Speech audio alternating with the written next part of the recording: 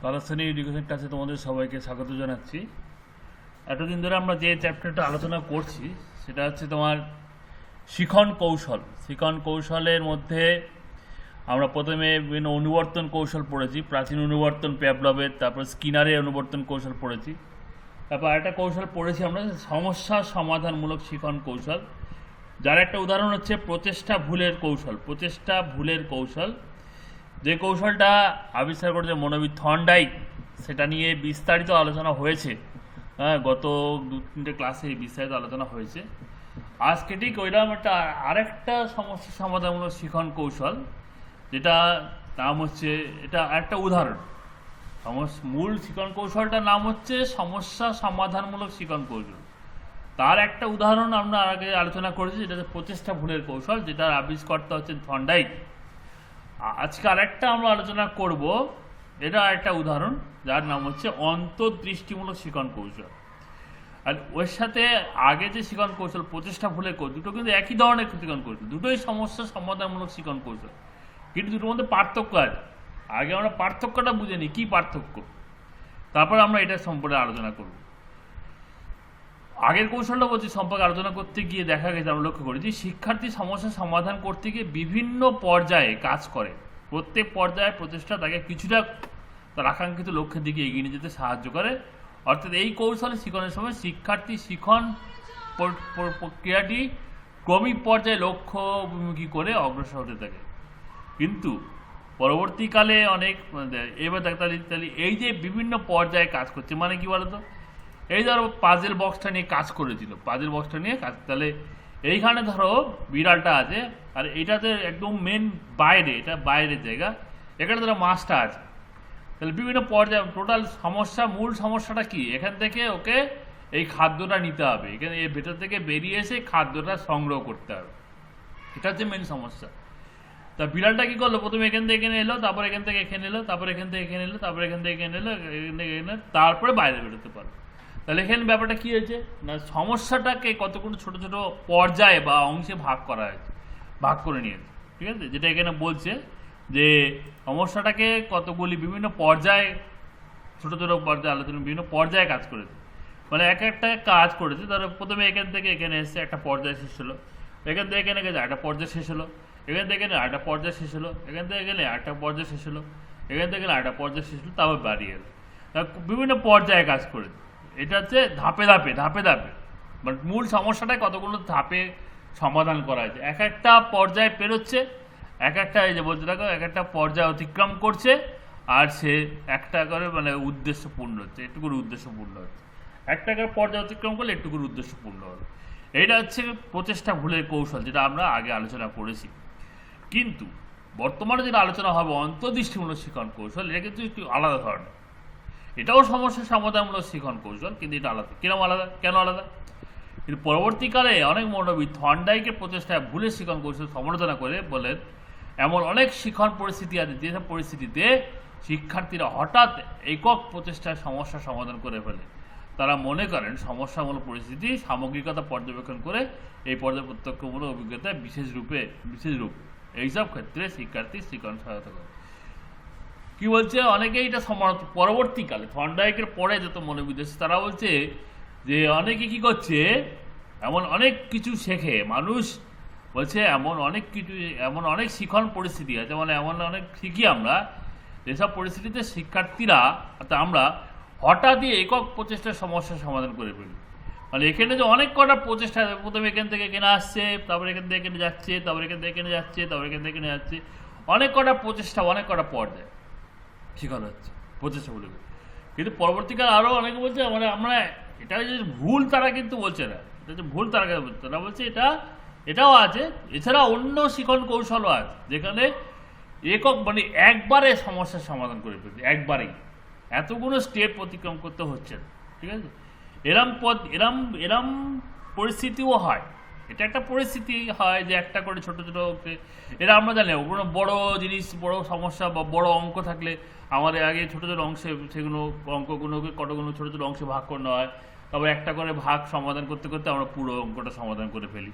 সেটা তো আমরা জানি, এটা তো ভুল নয়, ভুল কেউ বলছে না, কিন্তু বলছে এছাড়াও আরও একটা শিখন কৌশল আছে, যেখানে কি করছে একবারে সমাধান করে, একটা মানে এককভাবে, মানে একবারে সমাধান করে ফেলছে, ঠিক আছে। এটা যখন ধাপে ধাপে করছে, বলছে এরকম অনেক পরিস্থিতি আছে যেখানে একবারে সমস্যার সমাধান হয়ে যায়, একক প্রচেষ্টা বা একবারে সমাধান হয়ে যায়, একক প্রচেষ্টা বা একবারে। তারা মনে করেন প্রথম সমাধান পরিস্থিতি সামগ্রিকতা পর্যবেক্ষণ এবং এই পর্যবেক্ষণ প্রত্যক্ষ অভিজ্ঞতার বিশেষ রূপ। এইসব ক্ষেত্রে শিক্ষার্থী এই যে একবারে সমাধানটা কিভাবে হবে, বলছে একবারে সমাধান তখনই হবে যখন সমগ্র রূপটা দেখা যাবে, একবারে দেখতে হবে, সমগ্র রূপটাকে একবারে পর্যবেক্ষণ করতে হবে। পুরো সমস্যাটাকে খণ্ড খণ্ড অংশে না দেখে, একটা সমস্যাকে খণ্ড খণ্ড অংশে না দেখে, যে এখানে না দেখি প্রথমে এইটা দেখতে হবে, প্রথমে এটাকে এগিয়ে যাবো, তারপর এটা থেকে এটা যাবো, তারপর এটা থেকে এটা যাবো। বলছি এরকম খণ্ড খণ্ড অংশে না দেখে যদি সমগ্র সমস্যার সমগ্র পরিস্থিতিটা যদি একবারে দেখা যায়, মানে এককভাবে দেখা যায় বা সামগ্রিকভাবে দেখা যায়, যদি সামগ্রিকভাবে দেখা যায় তাহলে কিন্তু সমস্যার সমাধান হয়ে যাবে। হ্যাঁ, সেটাও সমস্যার সমাধান হবে। তাহলে খণ্ডাংশ না দেখে খণ্ডে ভাগ করতে হবে না, ঠিক আছে। এখান থেকে প্রথমে এইটা নিয়ে ভাবলাম, তবে এটা নিয়ে ভাবলাম, তবে এটা নিয়ে ভাবলাম, এরকম না। বলছি সমগ্র অংশটা নিয়ে ভাবলেও অনেক সময় সমস্যার সমাধান হয়ে যায়। সমগ্র অংশটা নিয়ে ভাবতে হবে, ঠিক আছে। খণ্ডাংশ নিয়ে ভাবলেও এটা যে হয় না তা নয়, কিন্তু কিছু কিছু ক্ষেত্রে কিন্তু খণ্ডাংশ নিয়ে ভাবলে কিন্তু সমস্যার সমাধান হবে না। কিছু কিছু ক্ষেত্র আছে, সব ক্ষেত্রে নয়, কিছু কিছু খণ্ডাংশ নিয়ে ভাবলে সমস্যার সমাধান হয়, এরকম কিছু কিছু ক্ষেত্র আছে। আবার পরবর্তীকালে মনোবিদরা বলছে আবার এমন কিছু ক্ষেত্র আছে যে ক্ষেত্রে এরকম খণ্ডাংশ নিয়ে ভাবলে সমস্যার সমাধান হবে না। সেখানে কি করতে হবে, সমস্যার সমগ্র অংশটা এককভাবে জানতে হয়। সামগ্রিকতা পর্যবেক্ষণ মানে কি, সমগ্র অংশটাকে মানে দেখতে হবে, সমস্যার মূল সবটাই একসাথে দেখতে হবে, সমস্যার মূল সমস্যার সব জিনিসটা একসাথে দেখতে হবে, ঠিক আছে। ওই খণ্ডাংশে দেখলাম এটা, এবং এই পর্যবেক্ষণ প্রত্যক্ষ কিন্তু বিশেষ রূপ। এদের কাছে শিক্ষার্থী শিক্ষণের সহায়তা করে, এভাবেও শিক্ষণ হয়, ঠিক আছে। সামগ্রিকতা বোধের প্রত্যক্ষণ কাজে লাগিয়ে শিক্ষার্থী কীভাবে সে সম্পর্কে বিভিন্ন মনোবিদ পরীক্ষা নিরীক্ষা করেছেন এবং শিক্ষণ তত্ত্ব গড়ে ওঠে। এইখানে তাদের মধ্যে একটি শিক্ষণ তত্ত্ব হলো অন্তর্দিন। এই যে সমগ্র অংশটা দেখে, খণ্ডাংশ না দেখে, সমস্যার খণ্ডাংশকে না দেখে সমগ্র অংশটা দেখে কিভাবে সমস্যার সমাধান হবে বা শিক্ষণ হবে, সেটা নিয়ে বহু মনোবিদ গবেষণা করেছে। বহু শিক্ষণ তত্ত্ব উঠে এসছে, বহু শিক্ষণ কৌশল উঠে এসছে। তার মধ্যে একটা হচ্ছে অন্তর্দৃষ্টিমূলক শিক্ষণ কৌশল।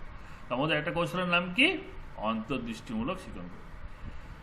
জিনিসটা কি বোঝা গেল, তাহলে এখানে যে প্রচেষ্টা থর্নডাইক যেটা করেছিলেন, যে সমগ্র সমস্যাটাকে কতগুলো ছোট ছোট ভাগে ভাগ করে নিয়েছিলেন, তারপরে একটা করে অংশ সমাধান করছিলেন, করে যে মূল সমস্যাটা কাছে সমাধান হয়ে গেল। কিন্তু পরবর্তীকালে মনোবিদরা বলছে যে এরকম ছোট ছোট অংশে ভাগ না করে যদি টোটাল সমগ্রটা যদি একবারে দেখা যায়, সমগ্রটা যদি একসাথে পর্যবেক্ষণ করা যায়, সমগ্র সমস্যাটাকে একসাথে যদি পর্যবেক্ষণ করা যায়, তাহলেও কিন্তু সমাধান হতে পারে, তাহলেও কিন্তু সমাধান, সেই সমাধানটা হঠাৎ হবে। এই সমাধানটা কীভাবে হবে, হঠাৎ হয়ে যাবে, ঠিক আছে। এইটাও এরমভাবেও কিন্তু শিখন হয়,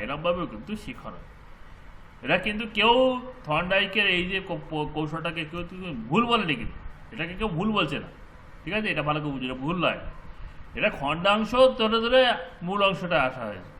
আর ওরা বলছে যে না, খণ্ডাংশ না ভেবে সমগ্র অংশটা নিয়ে ভাবতে হবে, সমস্যার সমগ্র অংশটা নিয়ে ভাবলে তবে এক্ষেত্রেও কিন্তু সঠিকভাবে শেখা যাবে, ঠিক আছে, তাড়াতাড়ি শেখা যাবে, এবং এটা তাড়াতাড়ি হবে, এটা দ্রুত হবে। এই যে সমগ্র অংশটা দেখে এটাকে বলে যে সামগ্রিকতা বোধ। এই সমগ্র অংশটা পর্যবেক্ষণে যে সমস্যামূলক পরিস্থিতি সামগ্রিকতা পর্যবেক্ষণ, সমগ্র অংশটা পর্যবেক্ষণ, এইটা বলছে সামগ্রিকতা বোধ। এইটা দেখে এই যে তোমার শিখন তত্ত্ব করে উঠেছে, এটাকে বলা হচ্ছে অন্তর্দৃষ্টিমূলক শিখন কৌশল, ঠিক আছে। তাহলে এটা কিভাবে হচ্ছে না, সামগ্রিক ব্যাপারটা দেখা যাচ্ছে, কোনো একটা ছোট ছোট অংশ না দেখে, ঠিক আছে। তাহলে প্রশ্ন লেখো যে সামগ্রিকতা সমস্যার মূলক পরিস্থিতির সামগ্রিকতা পর্যবেক্ষণ করে, সমস্যামূলক পরিস্থিতির সামগ্রিকতা পর্যবেক্ষণ করে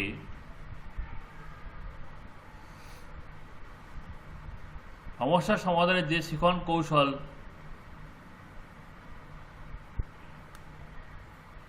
সমস্যা সমাধানের যে শিখন কৌশল আবিষ্কার হয়েছে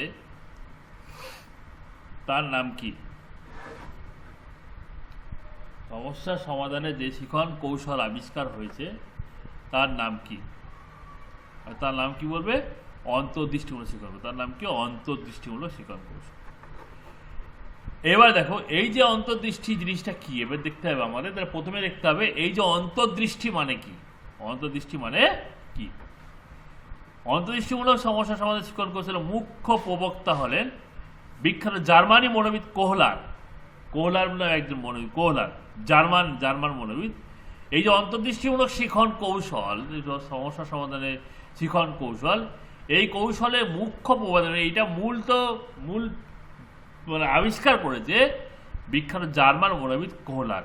কোহলার মূলত বিশ্বের এক মনোবৈজ্ঞানিক মতবাদে বিশ্বাসী, যাকে বিকাশে গেস্টাল্ট মতবাদ। গেস্টাল্ট মানে সামগ্রিকতাবাদ। এই যে সামগ্রিকতা এর ইংরেজিটা হচ্ছে গেস্টাল্ট, যেটা এদেরকে বলা হয় গেস্টাল্ট মতবাদ। এই মতবাদ অনুযায়ী প্রত্যেক মানুষ তার জীবের যে কোনো পরিস্থিতিতে তার অংশগুলি বিচ্ছিন্নভাবে প্রত্যক্ষ না করে পরিস্থিতির সমগ্র রূপটি প্রতিক্রিয়া করে। এই যেটা আমি বললাম, যেখানে এই বিচ্ছিন্নভাবে একটা একটা অংশকে প্রত্যক্ষ না করে সমগ্রটা প্রত্যক্ষ করছে একবারে, সমগ্রটা। এটা হচ্ছে গেস্টাল্ট মতবাদ। ঠিক আছে, এটা হচ্ছে কি? গেস্টাল্ট মতবাদ। বুঝতে পারলে? তাহলে লেখো, প্রশ্ন লেখো, অন্তর্দৃষ্টিমূলক শিখন কৌশলের মূল প্রবক্তা কে?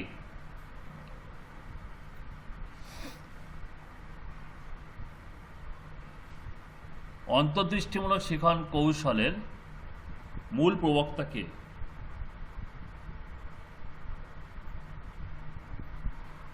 অন্তর্দৃষ্টিমূলক শিখন কৌশলের মূল প্রবক্তা কে?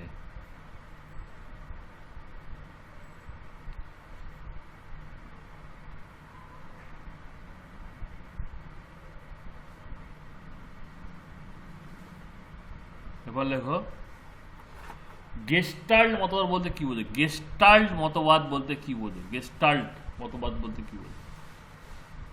তাহলে এটা কি বললাম? গেস্টাল্ট মতবাদ কি? তাহলে মূল প্রবক্তা হচ্ছে জার্মান মনোবিদ কোহলার।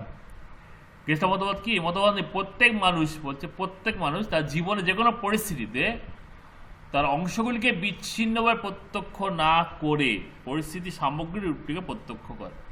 যে আমরা এখানে দিলাম এক একটা অংশকে বিচ্ছিন্নভাবে প্রত্যক্ষ করা হচ্ছে, মানে এটা থেকে এইটা আসা হবে, তারপর এটা থেকে এইটা যাওয়া হবে, তারপর এটা থেকে এইটা যাওয়া হবে, তারপর এটা থেকে এইটা যাওয়া হবে। এই যে এইটা বিচ্ছিন্নভাবে প্রত্যক্ষ করা হচ্ছে। গেস্টাল্ট বলছে যে না, এরমভাবে প্রত্যক্ষ বা প্রত্যক্ষ মানে কি? দেখা। প্রত্যক্ষ মানে কি? দেখা। এরমভাবে না দেখে সমগ্র অংশটাকে এককভাবে মানে সামগ্রিকভাবে দেখা হচ্ছে। সমগ্র অংশটা কি করা হচ্ছে? সামগ্রিকভাবে দেখা হচ্ছে। সমগ্র রূপটিকে প্রত্যক্ষ করা হচ্ছে। সমগ্র পরিস্থিতিটা সামগ্রিকভাবে প্রত্যক্ষ করা হচ্ছে। অর্থাৎ মানুষের প্রত্যক্ষলব্ধ অভিজ্ঞতা নিজস্ব সামগ্রিক রূপ বা প্যাটার্ন বা সংগঠন বর্তমান সমগ্র অংশটাকে একসাথে দেখা হচ্ছে, ছোট ছোট অংশে ভাগ করে দেখা হচ্ছে না। ঠিক আছে, গেস্টাল্ট মতবাদ নিয়ে বলা হচ্ছে যে কোনো পরিস্থিতিতে তার অংশগুলিকে বিচ্ছিন্নভাবে প্রত্যক্ষ না করে, প্রত্যক্ষ মানে দেখা না দেখে সমগ্র রূপটাকে প্রত্যক্ষ করা হচ্ছে। এটাকে বলা হচ্ছে গেস্টাল্ট, সামগ্রিক রূপ বা প্যাটার্ন। এটাকে বলা হচ্ছে সামগ্রিক রূপ। প্রত্যেক জিনিসের একটা সামগ্রিক রূপ আছে, কিন্তু প্রত্যেক জিনিসের আমরা যাই দেখি কিন্তু তার একটা সামগ্রিক রূপ আছে। ধরো আমি এইটা দেখছি, তাহলে এই যে আমি এই পুরো এই কম্পিউটার স্ক্রিনটা দেখছি, তাহলে এর একটা সামগ্রিক রূপ আছে। সামগ্রিক এই যে এইখান থেকে শুরু করে এইগুলো এইগুলো এইগুলো এইগুলো এগুলো এগুলো এগুলো সব আছে, এটা সামগ্রিক রূপ। এগুলো সব পুরো সামগ্রিক রূপটা আমি যদি পর্যবেক্ষণ। আর যদি খণ্ড অংশ করতে হয়, প্রথমে এইটা দেখবো, তারপর এটা দেখবো, তারপর এটা দেখবো, তারপর এটা দেখবো, তারপর এটা দেখবো, তারপর এটা দেখবো, তারপর এটা দেখবো, তারপর এটা দেখবো। অসংখ্য জিনিস আছে, আমি প্রত্যেকটা অংশকে আলাদাভাবে দেখতে পারি, আবার সমগ্র অংশটাকে একবারে দেখতে পারি। ঠিক আছে, সমগ্র অংশ বা প্যাটার্নটাকে একবারে দেখতে পারি। গেস্টাল্ট মতবাদ বলছে যে এরমভাবে আংশিকভাবে না দেখে, আংশিকভাবে প্রত্যক্ষ না করে, অংশগুলিকে বিচ্ছিন্নভাবে প্রত্যক্ষ না করে সমগ্র অংশটাকে একবারে দেখে, মানে সমগ্রভাবে প্রত্যক্ষ করা, সমগ্র রূপটাকে প্রত্যক্ষ করা, পুরো অংশটাকে দেখা হচ্ছে। ঠিক আছে, পুরো এই যে এইখানে পুরো যতটা আছে পুরোটা দেখা হচ্ছে, প্রত্যক্ষ করা হচ্ছে। এবং এইভাবে প্রত্যক্ষ করলে আর এই সমগ্রটি প্রত্যক্ষ করে থাকে। আমরা এই সমগ্র এটাকে বলে প্যাটার্ন বা সংগঠন, এটাই হচ্ছে প্যাটার্ন বা সংগঠন। প্রত্যেকের একটা প্যাটার্ন আছে কিন্তু এইটা এর পুরো প্যাটার্ন, এটা হচ্ছে এর পুরো প্যাটার্ন, ঠিক আছে। এখানে অনেক কটা জিনিস আছে, অনেক কটা অংশ আছে, পুরোটাই নিয়ে একটা প্যাটার্ন। কিন্তু আমরা কি করতে পারি, তখন এর এক একটা অংশকে আলাদাভাবে দেখতে পারি, প্রত্যক্ষ করতে পারি, আবার সম্পূর্ণ অংশটাকে বা সম্পূর্ণ প্যাটার্নটাকে একবারে এককভাবে বা সামগ্রিকভাবে প্রত্যক্ষ করতে পারি, ঠিক আছে। গোষ্ঠা মতবাদ বলছে পুরো অংশটাকে সামগ্রিকভাবে প্রত্যক্ষ করা। এই সমগ্র রূপটি মানুষ প্রত্যক্ষ করতে থাকে। যেমন পাশের সাধারণ চিত্রের দুটি সমান দৈর্ঘ্য রেখার দুভাবে পারিপার্শ্বিক অবস্থা বর্তমান করা হয়েছে। শেষ প্রান্তে বিভিন্ন উপকার যুক্ত মানুষের যখন এই চিত্রটি পর্যবেক্ষণ করছে তখন সে ক খ রেখাটিকে ক বড়। আচ্ছা, এখানে দেখো আমি তোমাদের বইয়ের ছবিটা যদি দেখালাম, এটা তো আছেই, প্লাস এই যে মনিটরে যে পুরো অংশটা আমি দেখো বললে এই এক একটা অংশকে যদি আমি আলাদাভাবে ভাবি, আলাদাভাবে দেখি, তখন এইটা সম্পর্কে আমার আইডিয়াটা আলাদা হবে। আর যদি পুরো সমগ্র জিনিসটাকে নিয়ে ভাবি, ঠিক আছে, সমগ্র জিনিসটা যদি দেখি আমি, তাহলে আমার কিন্তু এইটা সম্পর্কে আইডিয়াটা অন্যরকম হবে।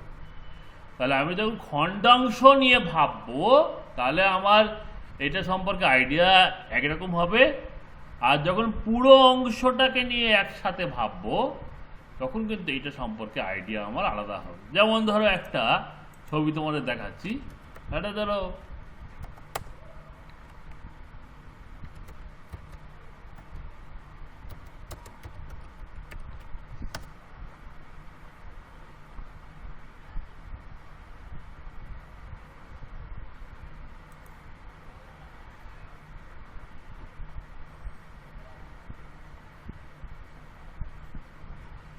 মানুষের ছবি, ধরো ঠিক আছে, তাহলে মানুষের ছবি, একটা মানুষের ছবিটা ধরো বিভিন্ন অংশ আছে, হ্যাঁ, তার যদি ধরো এখানে আমি যদি এটা সমগ্র অংশ, এটা যদি আমি পর্যবেক্ষণ করি তাহলে আমি পুরো তার সম্পর্কে একটা পুরো স্পষ্ট ধারণা হবে। আর যদি এগুলো আলাদাভাবে দেখি, ধর আই নোজ এগুলো বিভিন্ন অংশ আলাদাভাবে পর্যবেক্ষণ, তাহলে আমার কিন্তু ধারণাটা সৃষ্টি হবে, মানুষ সম্পর্কে পরিপূর্ণ ধারণা সৃষ্টি হবে। অন্যদিকে আমি যদি পুরো অংশটা একবারে দেখি তাহলে কিন্তু এই মানুষ সম্পর্কে পরিপূর্ণ ধারণা আমার মধ্যে জন্মাবে। তাহলে দেখো সমগ্র অংশটা দেখলে একটা পরিপূর্ণ ধারণার সৃষ্টি হয়, আর খণ্ডাংশ দেখলে কিন্তু সেই পরিপূর্ণ ধারণাটা হয় না। এটাই গেস্টাল মতবাদ, এটাই গেস্টাল মতবাদ। পুরো অংশটা দেখতে হবে, পুরো অংশটা দেখতে হবে, পুরো সামগ্রিক প্যাটার্নটা দেখতে হবে, সামগ্রিক প্যাটার্নটা দেখতে হবে, তবে একটা বিশেষ ধারণা সৃষ্টি হয়, ঠিক আছে। সামগ্রিক প্যাটার্নটা দেখতে হবে, বুঝতে পারলে। এখানে ছবিটা যেন তো বইয়ে যে উদাহরণ দিয়েছে, তাহলে এই যে একটা দাগ আছে, এই যে একটা দাগ আছে, এই যে একটা দাগ আছে, এই দাগগুলো আমি বলছি, এই দাগগুলোর কথা আমি বলছি না। তাহলে এই দুটো কিন্তু কোনটা বড় মনে হচ্ছে তোমরা বলো? মনে হচ্ছে না এইটা বড়, মনে হচ্ছে যেন এই দাগটা বড় মনে হচ্ছে, তাই তো? এই দাগটা বড় মনে হচ্ছে, এইটা হচ্ছে এইটা দাগ, কিন্তু না, দুটো দাগই একই। কিন্তু এ শুধু এখান থেকে এত দূর আর এখান থেকে এত দূর, এই দুটো দাগ কিন্তু সমান। তাহলে এটা বড় লাগছে, এটা কেন কম ছোট লাগছে? এই কারণে লাগছে, এইটা এই যে এর মূল দাগটা এইভাবে দিয়ে এইভাবে দেওয়া হয়েছে, আর এইটা এইভাবে দিয়ে এইভাবে দেওয়া হয়েছে, আর এইটা এইভাবে দিয়ে এইভাবে দেওয়া হয়েছে, আর এইটা এইভাবে দিয়ে এইভাবে দেওয়া হয়েছে। এই পার্থক্যটা এইখানে, এই জন্য এটাকে বড় লাগছে, এটাকে ছোট লাগছে। তাহলে তুমি এই কোনটা বড় কোনটা ছোট তুমি অংশ দেখলে কিন্তু বিচার করতে পারবে না, তোমাকে পুরো অংশটা দেখতে হবে। এবার তো যে একটা বড় একটা ছোট লাগছে, এটা কিন্তু আমরা অংশ দেখে বিচার করতে পারবো না, বুঝতে পারবো না। পুরো অংশটা দেখে তারপর আমরা বুঝতে পারবো যে এর মধ্যে একটা বড় একটা ছোট লাগছে, ঠিক আছে। পুরো অংশটা আমাকে দেখতে হবে, এটাই হচ্ছে সামগ্রিকতা, ঠিক আছে। তাহলে যে কোনো জিনিস যদি আমার বুঝতে হয়, যেমন এখানে মানুষের ছবিটা দেখালাম, যে এইগুলো দেখে আমি মানুষ সম্পর্কে আইডিয়া হবে না, কিন্তু এগুলো একটা আলাদাভাবে দেখে আমাকে মানুষ সম্পর্কে কিন্তু আইডিয়া স্পষ্ট ধারণা হবে না। আমাকে কি করতে হবে? মানুষকে স্পষ্ট ধারণা করতে গেলে এই মানুষের সম্পূর্ণ প্যাটার্ন এটাকে বলছে, এইটা আমাকে আলাদাভাবে পুরোটা দেখতে হবে, তবে আমার মানুষ সম্পর্কে ধারণা সৃষ্টি হবে, ঠিক আছে। বোঝা গেল জিনিসটা? এখানেও তাই, তোমরা খাতায় লিখে দেখতে পারো, দুটো ডাক্তারলে সমান করে, দুটোই সমান, কিন্তু এরা এরমভাবে দেবে, এরমভাবে দেবে, এটা এরমভাবে দেবে, এরা এরমভাবে দেবে, দিয়ে দেখবে মনে হবে যেন এইটা বড়, কিন্তু আদৌ কিন্তু বড় না। তাহলে এইটা যে বুঝতে পারলাম, কার দ্বারা বুঝতে পারলাম? সামগ্রিকতা সমগ্রটা দেখেছি বলে বুঝতে পারলাম, সমগ্রটা দেখেছি বলে কিন্তু এইটা আমি বুঝতে পারলাম। যদি আমি অংশকে দেখতাম, এই অংশটা দেখলাম, এই অংশটা দেখলাম, এই অংশটা দেখলাম, তাহলে আমি কিন্তু এই জিনিসটা কিন্তু বুঝতে পারতাম, ধারণাটা আমার হতো না। এটাই এখানে উদাহরণ থেকে তোমাদের দিয়েছে। এই যে অতিরিক্ত লেখা কোহলার বলেছে সমস্যা সমাধানে নির্ভর করে এই সামগ্রিকতা বোধের উপর। এই সামগ্রিকভাবে দেখলে কিন্তু আমরা সমস্যার সমাধান করে ফেলি। এরকমভাবে কোনো সমস্যার যদি আমরা ছোট ছোট অংশগুলোকে না দেখে যদি সমস্যার সমগ্র অংশটা যদি দেখি, তাহলে কিন্তু আমরা খুব সহজেই সমস্যার সমাধান করে ফেলতে পারি। ঠিক আছে, সমস্যার কোনো ছোট অংশকে না দেখে আমরা যদি পুরো অংশটা দেখে ফেলতে পারি, তাহলে কিন্তু আমরা খুব সহজেই সমস্যার সমাধান করে ফেলতে পারবো। হ্যাঁ, এটাই বলছি, এটাই হচ্ছে গেস্টার মতবাদ, যে কোনো সমস্যার ছোট ছোট অংশটাকে মানে সমস্যাটা ছোট ছোট অংশে ভাগ না করে, যেটা প্রচেষ্টা ভুলে কৌশলে করে ওইরকমভাবে ভাগ না করে সমগ্র রূপটা দেখতে হবে একবার, তবে তাদের সমাধান হবে। কোহলার বলে যে সমস্যার সমাধান নির্ভর করে শিক্ষার্থীর সামগ্রিকতা বোধের উপর। সামগ্রিকতা বোধ সমগ্রটা দেখলে তবে সমাধান হয়ে যাবে। অর্থাৎ কোনো সমস্যামূলক পরিস্থিতি শিক্ষার্থীর সমগ্র অবস্থার উপলব্ধি করতে পারবে, তখনই তা শেখা। অর্থাৎ যখন তুমি পুরোটা উপলব্ধি করতে পারবে, পরিস্থিতি সম্পূর্ণটা উপলব্ধি করতে পারবে, তখনই তোমার ধরো সমস্যার সমাধান হয়ে যাবে। এবার ধরো যে এটা সমস্যা তোমার বললাম যে এইগুলো দেখে বলো এটা কিসের ছবি, এগুলো কিসের ছবি, তোমরা কি বলতে পারবে? এটা না দেখে বলতে হবে, এইটা এগুলো দেখে তোমার বলতে হবে এগুলো কি, এটা কিসের ছবি। নতুন কেউ হলে কিন্তু বলতে পারে যে মানুষের ছবি, মানুষের বিভিন্ন অংশের ছবি, কিন্তু এইটা দেখে কিন্তু বলতে পারবে যে এটা কিসের ছবি, এইটা দেখে কিন্তু বলতে পারবে এটা কিসের ছবি। বুঝলি? তাহলে সমগ্র অংশটা দেখলে আমরা কিন্তু বলে দিতে পারবো, সমগ্র অংশটা দেখলে কিন্তু আমরা বলে দিতে পারবো। প্রথমত পরিস্থিতি শিক্ষার্থী, অর্থাৎ কোনো সমস্যার পরিস্থিতি শিক্ষার্থী সামগ্রিক অবস্থার উপলব্ধি করতে পারে, তখনই তার শিখন।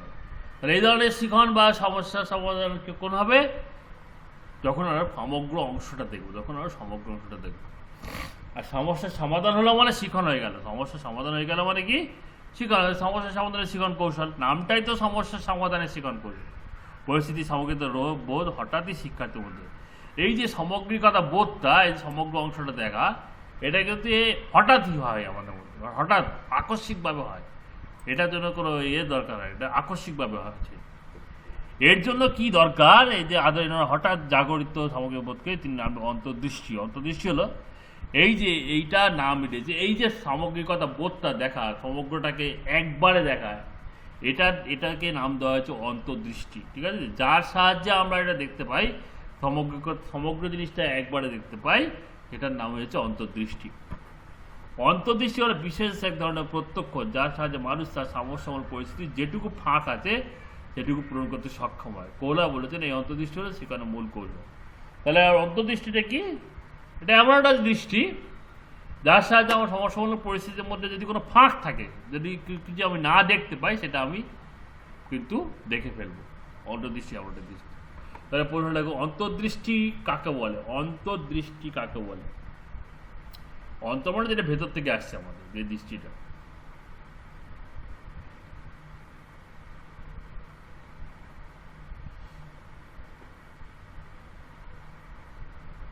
তার আগে একটা প্রশ্ন লিখতে হবে যে পরিস্থিতির সামগ্রিকতা বোধ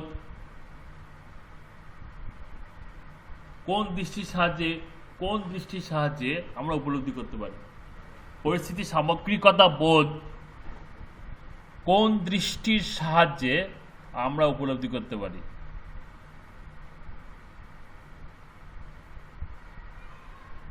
উত্তর কি হবে? অন্তর্দৃষ্টি। উত্তর হবে কি?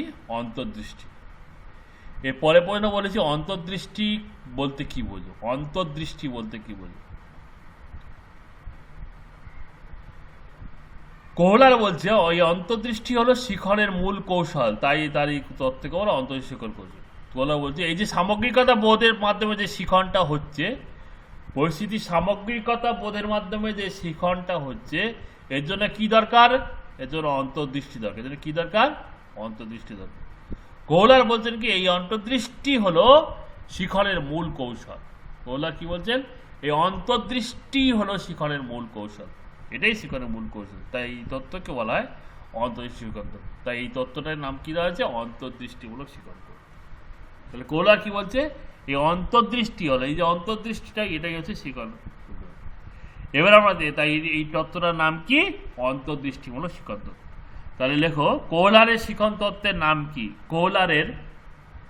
কোহলারের শিখন তত্ত্বের নাম কি? তোমাদের পরীক্ষা আছে, তাই আমি আর এই চ্যাপ্টারটা এই জায়গায় পরীক্ষাটা পড়ি, আর কিছু পড়াবো না, লাস্টে পরের দিনটা শেষ করে দেবো। কোহলারের শিখন তত্ত্বের নাম কি? কোহলারের যে শিখন তত্ত্বটা কি নাম? পরীক্ষাটা আমরা দেখে নিই। পরীক্ষা কোহলার বিভিন্ন পরীক্ষাগত পর্যবেক্ষণের ভিত্তিতে অন্তঃশিখন তত্ত্বে উপনীত হয়েছেন। যেহেতু অন্তঃশিখন কৌশল সঠিকভাবে কি তা বুঝতে হলে তার পরীক্ষাটি ভালো করে আমাদের বুঝতে হবে। এই যে অন্তর্দৃষ্টিমূলক শিখন কৌশল বা তত্ত্ব, এটা কি সেটা আমরা জানতে গেলে তার পরীক্ষাটা আমাদের জানতে হবে, কিন্তু পরীক্ষাটা আমাদের আগে দেখতে হবে। বাস্তবে কোহলার বহু পরীক্ষা করেছিলেন, অনেক পরীক্ষা, অনেক কিছু নিয়ে পরীক্ষা, অনেক প্রাণী নিয়ে পরীক্ষা করেছিলেন। এবার পরীক্ষাগুলি শিম্পাঞ্জিদের ক্ষেত্রে করেছে। ম্যাক্সিমাম পরীক্ষা তিনি শিম্পাঞ্জি কি এটা একটা প্রাণী, নরাকার প্রাণী। নরাকার মানে কি? নর মানে কি? নর মানে মানুষের মতো দেখতে একটা প্রাণী। শিম্পাঞ্জি একটা কি? মানুষের মতো দেখতে একটা প্রাণী। কোহলার এইটা এমন একটা প্রাণী নিয়ে পরীক্ষা করেছেন। কি প্রাণী? শিম্পাঞ্জি আর কিছুই নয়, এটা মানুষের মতো দেখতে, এটাকে বলে নরাকার প্রাণী বলে, মানুষের মতো দেখতে। আলোচনা সংক্ষিপ্ত করার জন্য তার একটি পরীক্ষার কথা এখানে উল্লেখ করা হয়। তিনি সুলতান নামে এক প্রিয় শিম্পাঞ্জির উপর পরীক্ষা করেন। সুলতান তার যত শিম্পাঞ্জি তার ছিল, পরীক্ষা করতেন মনোবিদ, তিনি অনেক কিছু বুঝতেন। তার মধ্যে অনেক শিম্পাঞ্জি ছিল, তার মধ্যে একটা প্রিয় শিম্পাঞ্জি ছিল, তার নাম সুলতান। তিনি এই পরীক্ষাটা তার শিম্পাঞ্জি নিয়ে করেছেন। সুলতান নামে যে শিম্পাঞ্জিটা ছিল সেইটা নিয়ে তিনি পরীক্ষা করেছিলেন। তাহলে কোহলারের, তাহলে লেখো সুলতান কে? সুলতান, এটা অনেক সময় শর্ট পদে আছে। সুলতান কে? তো কি বলতে হবে? কোহলারের সব থেকে প্রিয় শিম্পাঞ্জি। সুলতানকে কোহলারের সব থেকে প্রিয় শিম্পাঞ্জি। এই পরীক্ষায় তিনি কি করলেন? পরীক্ষায় তিনি শিম্পাঞ্জিটাকে দেখছো, তো ওরা একটা খাঁচায় বন্দি করে রেখেছে, তো ছবিটা দেখতেই পাচ্ছ। এ ক্ষুধার্ত, কিন্তু এ কিন্তু খুব ক্ষুধার্ত। সেই খাঁচায় কিছুটা, খাঁচার মধ্যে ঢুকিয়ে যায় না, সেই খাঁচার বাইরে কিছু খাবারটা কিন্তু বাইরে। তাহলে এখানে সমস্যা আছে, চাহিদা আছে, এ চাহিদা খাবে, এই চাহিদা, এটা লক্ষ্য, এই খাওয়াটা লক্ষ্য। মাঝখানে বাধা আছে, এই যে খাঁচাটা হচ্ছে বাধা, খাঁচাটা হচ্ছে কি বাধা। সমস্যামূলক পরিস্থিতি আমরা পড়েছিলাম, তিনটে উপাদান, একটা হচ্ছে লক্ষ্য, একটা চাহিদা, আর মাঝখানে বাধা, তিনটে এখানে উপস্থিত আছে। তিনটে, তাহলে এটা নিঃসন্দেহে সমস্যামূলক পরিস্থিতি। সমস্যামূলক আগেই তোমরা পড়েছো, এই সমস্যামূলক পরিস্থিতির তিনটে উপাদান, একটা হচ্ছে লক্ষ্য, আর একটা চাহিদা, আর একটা বাধা। এই তিনটে উপাদানই কিন্তু এখানে এই পরীক্ষায় কিন্তু বর্তমান। এই জন্য এই পরিস্থিতিটাকে কি নাম দেওয়া হয়েছে? সমস্যামূলক পরিস্থিতি নাম দেওয়া হয়েছে। শিম্পাঞ্জিকে এরম জায়গায় ছেড়ে দেওয়া হয়েছে। শিম্পাঞ্জির কাছে কিছু জিনিস দেওয়া হয়েছে। কি দেওয়া হয়েছে? কয়েকটা লাঠি দেওয়া হয়েছে, দুটো লাঠি দেওয়া হয়েছে, দুটো লাঠি। সে দুটোকে জোড়া দিয়ে, কেমন লাঠি? এমন লাঠি দেওয়া হয়েছে যে এটাকে একটা দিয়ে কিন্তু খাবার টানা যাবে না। এই খাবারটা টানতে গেলে এটা তো হাত যাবেই না, শিম্পাঞ্জির খাঁচার ভেতরে আছে, বাধা আছে। এই দুটো লাঠির মধ্যে একটা লাঠি দিয়ে খাবার টানা যাবে না, যে কোনো একটা দিয়ে টানা যাবে না। তাহলে কীভাবে টানা যাবে? খাবারটা কীভাবে টানা যাবে? দুটো লাঠিকে জুড়তে হবে, দুটো লাঠিকে জুড়লে তবে সে খাবারটা টানতে পারবে। তা খাবারটা টানতে গেলে কি করতে হবে? এই দুটো লাঠিকে কি করতে হবে? জুড়তে হবে, তবে যে খাদ্যবস্তুটা পাবে, টেনে আনা যাবে। এই যে বলছে, দেখো এমন দুটি লাঠি দেওয়া হয়েছিল যে দুটিকে জোড়া লাগিয়ে, জোড়া লাঠির মাথাটি বাইরে খাদ্যবস্তুটি লাগিয়ে সেটিকে টেনে আনা যায়। তাহলে দুটো একটু জুড়তে হবে, একটা দিয়ে, সিঙ্গেল লাঠি দিয়ে কিন্তু খাদ্যটা টানা যাবে। এদিকে জোড়া লাগিয়ে তবে খাদ্যটা পাওয়া যাবে। এই ধরনের একটি সমস্যার পরিস্থিতি কোহলার ক্ষুধার্ত শিম্পাঞ্জির আচরণের কয়েকটি বৈশিষ্ট্য। এবারে এইটা তার পরীক্ষার জায়গা হচ্ছে এটা। এইবারে তিনি কি দেখলেন? পরীক্ষাটা করতে গিয়ে তিনি শিম্পাঞ্জির যে আচরণ, শিম্পাঞ্জি কি করলো, শিম্পাঞ্জিটা এর ভিতরে কি করলো সেটা দেখবো। শিম্পাঞ্জি কি পর্যবেক্ষণ, তিনি বাইরে থেকে পর্যবেক্ষণ করলেন যে শিম্পাঞ্জি ভেতরে কি করছে। তিনি দেখলেন প্রথম শিম্পাঞ্জি একটা লাঠি দিয়ে খাদ্যবস্তু টেনে আনার চেষ্টা করলো, কিন্তু লাঠিটা ছোট হওয়ায় তার সম্ভব হলো। প্রথমে কি করছে, একটা লাঠি মানে খণ্ডাংশ, প্রথমে একটা খণ্ডকে নিয়ে তিনি, আমরা বলেছি খণ্ডাংশ, প্রথমে একটা খণ্ড একটা লাঠির একটা খণ্ড, মানে এটা দুটো লাঠির একটা খণ্ড ভাবা হচ্ছে, একটা অংশ নিয়ে তিনি সে টানার চেষ্টা করলো, কিন্তু পারলো না, স্বাভাবিক পারবে না। দ্বিতীয় পর্যায়ে শিম্পাঞ্জি একটি লাঠি থেকে আরেকটি লাঠি দিয়ে ঠেলা দিয়ে খাদ্যবস্তু নিয়ে গেল, খাদ্য আনতে বলল না। দ্বিতীয় পর্যায়ে একটা লাঠি দিয়ে আরেকটা ঠেলে দিল, দিয়ে খাদ্য টানার চেষ্টা করলো, একটাকে রেখে আরেকটা দিয়ে তার পিছনে ঠেলে দিল, দিয়ে খাদ্যবস্তু টানার চেষ্টা করলো, তো এখানেও কিন্তু সে পারলো না, তৃতীয় পর্যায়ে লাঠি দুটি নিয়ে খেলতে খেলতে খেলা করতে লাগে। তৃতীয় পর্যায়ে দেখছে পাচ্ছি না, তখন সে আর খাদ্যর ভাবা ছেড়ে দিয়েছে, দিয়ে ওই লাঠি দুটো নিয়ে খেলছে। এই সময়ে কোহলার কি করলেন, কাকে কিছু সংকেত দেখালেন। কিসের সংকেত দেখালেন, যে কিভাবে লাঠি দুটো জোড়া যাবে সেই সংকেতটা তিনি রেখে দেন। কিন্তু শিম্পাঞ্জি তা প্রথমে বুঝতে পারেনি, যে সংকেত দেখাচ্ছেন সেটা কিন্তু শিম্পাঞ্জি প্রথমে বুঝতে পারেনি যে সংকেতটা কি দেখাচ্ছে। ফলে সে খেলাটা করতে এলো। চতুর্থ পর্যায়ে খেলা করতে করতে হঠাৎ একটি লাঠিকে আরেকটির সঙ্গে লাগিয়ে ফেললো, সঙ্গে সঙ্গে খেলা ছেড়ে সেটি দিয়ে খাবারটা। এইরকমভাবে খেলা করতে করতে চতুর্থ পর্যায়ে হঠাৎ দুটো লাঠি জুড়ে দিল। এই যে সমগ্রটা হয়ে গেল, সামগ্রিকতা বোধ চলে এলো, এটা কিন্তু হঠাৎ চলে এলো। দুটো লাঠি নিয়ে খেলা করতে করতে হঠাৎ জুড়ে দিল মানে কি, উনি যখন ইশারা করেছিলেন তখনও কিন্তু ও বুঝতে পারেনি, তখনও শিম্পাঞ্জিরা বুঝতে পারেনি যে এইটা জুড়লে। উনি ইশারা করে দেখিয়েছিলেন, কোহলার ইশারা করে দেখিয়েছিলেন তৃতীয় পর্যায়ে, কিন্তু তাও কিন্তু শিম্পাঞ্জি বুঝতে পারেনি, চতুর্থ পর্যায়ে শিম্পাঞ্জি বুঝতে পারলো। শিম্পাঞ্জি কিভাবে বুঝতে পারলো, ও দুটো লাঠি নিয়ে খেলা করছিল। চতুর্থ পর্যায়ে কি করছিল, দুটো লাঠি নিয়ে খেলা করছিল। খেলা করতে করতে হঠাৎ দুটো জুড়ে ফেললো। এই যে হঠাৎ জিনিসটা হয়ে গেল, এই হঠাৎ সামগ্রিকতা বোধটা চলে এলো ওর মধ্যে, এটাই হচ্ছে অন্তর্দৃষ্টি। ঠিক আছে, এটাই হচ্ছে অন্তর্দৃষ্টি। এবং দুটো লাঠি জুড়ে খুব আরামসেই সে খোঁচা দিয়েছে, খাবারটা টেনে নিল, খাতায় টেনে নিল। ঠিক আছে, এবং সমস্যার সমাধান হয়ে গেল। ঠিক আছে, এই হচ্ছে তোমার সমস্যার সমাধান কৌশল। এবারে দেখো তোমাদের সিদ্ধান্তটা একটু পড়ে, তাহলে এখানে দেখো পর্যবেক্ষণ। তাহলে দেখো কোহলারের পরীক্ষাটি বর্ণনা করো। প্রশ্ন দেখো, কোহলারের পরীক্ষাটি সংক্ষেপে বর্ণনা করো।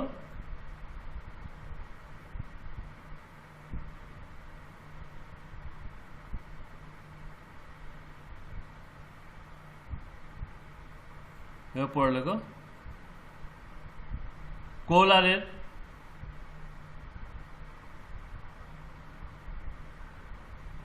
পরীক্ষাটি বর্ণনা করো এবং কোহলারের পর্যবেক্ষণের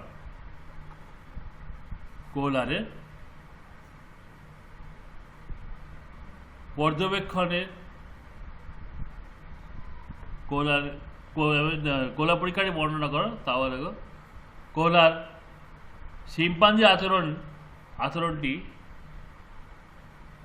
তারপর প্রশ্ন লেখো, কোহলার শিম্পাঞ্জির আচরণটির কি কি বৈশিষ্ট্য লক্ষ্য করেছিলেন সেগুলি উল্লেখ করো। কোহলার শিম্পাঞ্জির আচরণটির কি কি বৈশিষ্ট্য লক্ষ্য করেছিলেন সেগুলি উল্লেখ করো। শিম্পাঞ্জির আচরণটি কি কি বৈশিষ্ট্য লক্ষ্য করেছিলেন সেগুলি উল্লেখ করো। তাহলে দেখো, তাহলে তোমাদের যেটা আলোচনা করলাম আমি, যে চারটে বৈশিষ্ট্য দেখেছি তোমরা। প্রথমত আবার এটা বলে দিচ্ছি যে এখানে দুটো শিম্পাঞ্জিটা রাখা হয়েছিল খাঁচার ভিতরে, বাইরে খাদ্য আছে, এমন দূরত্বে আছে এই দুটো লাঠি জুড়ে দেওয়ার খাদ্যটা পাওয়া যাবে, এরমভাবে রেখেছে। প্রথমে শিম্পাঞ্জি একটা লাঠি দিয়ে খাবারটা আনার চেষ্টা করলো, পারলো না, স্বাভাবিক পারবে না, এটা বাধা আছে, এটা সমস্যা হলো পরিস্থিতি, আগেই বলেছি। দ্বিতীয় পর্যায়ে একটা লাঠি দিয়ে একটা ঠেলে দিল, কিন্তু তাও সত্ত্বেও খাদ্যটা এলো না। তৃতীয় পর্যায়ে সে খেলা করছিল, এই সময় কোহলার কীভাবে জোড়া যাবে সেই সংকেতটা দিয়েছিলেন, কিন্তু সেটা সে বুঝতে পারেনি। চতুর্থ পর্যায়ে খেলা করতে করতে হঠাৎ দুটো লাঠিকে জুড়ে ফেলে, দুটো লাঠিকে জুড়ে ফেললো এবং সে খাদ্যটা পেয়ে গেল। এটা হঠাৎ হলো কিন্তু, আর এটা সামগ্রিক রূপটা হঠাৎ সে বুঝে গেল, পরিস্থিতির সামগ্রিক রূপটা হঠাৎ সে উপলব্ধি করলো। এই যে হঠাৎ, এইটা হচ্ছে অন্তর্দৃষ্টি। এর জন্য কি প্রয়োজন? এর জন্য প্রয়োজন অন্তর্দৃষ্টি। এই যে হঠাৎ করে এই জিনিসটাকে ভেবে ফেলা, হঠাৎ করে জুড়ে ফেলা এবং সেটা দিয়ে ভেবে ফেলা যে আমি এটা পুরো খাবারটা পাবো, এইটা হচ্ছে অন্তর্দৃষ্টি। এবং এই শিকড়টা এই জন্যই নাম দেওয়া হয়েছে অন্তর্দৃষ্টিমূলক শিকড় কৌশল। এই জন্যই কি নাম দেওয়া হয়েছে? অন্তর্দৃষ্টিমূলক শিকড় কৌশল। এবং সে সমস্যার সমাধান করে ফেলবে। এই হলো তোমরা আজকে আলোচনা। তোমাদের যে প্রশ্নগুলো দিয়েছি সেই প্রশ্নগুলো তোমরা লিখে দেখাবে আমাকে। তোমাদের পরীক্ষা আচরণে খুব বেশি আজকে আলোচনা করলাম না। পরের দিন আমাদের নেক্সট ক্লাস, আরেকটা ক্লাস আমরা আলোচনা করবো, যেটা সিদ্ধান্ত আর সিদ্ধান্ত আর এই কৌশলের বৈশিষ্ট্য, এটা আলোচনা করলে আমাদের ওটা শেষ হয়ে যাবে এই টপিকটা। আর একটা ক্লাস আমাদের হবে, পরের দিন আমরা ক্লাসটা নেবো, যে আমরা এটাকে শেষ করে দেবো। ঠিক আছে? আজকে যত আলোচনা হলো যারা দেখবে, কিছু প্রশ্নও দিয়েছি, সেই প্রশ্নগুলোর উত্তর লিখে আমাকে দেখাবে সবাই। ঠিক আছে? সবাই ভালো থাকবে, এই বলে আজকে ক্লাস শেষ করবো।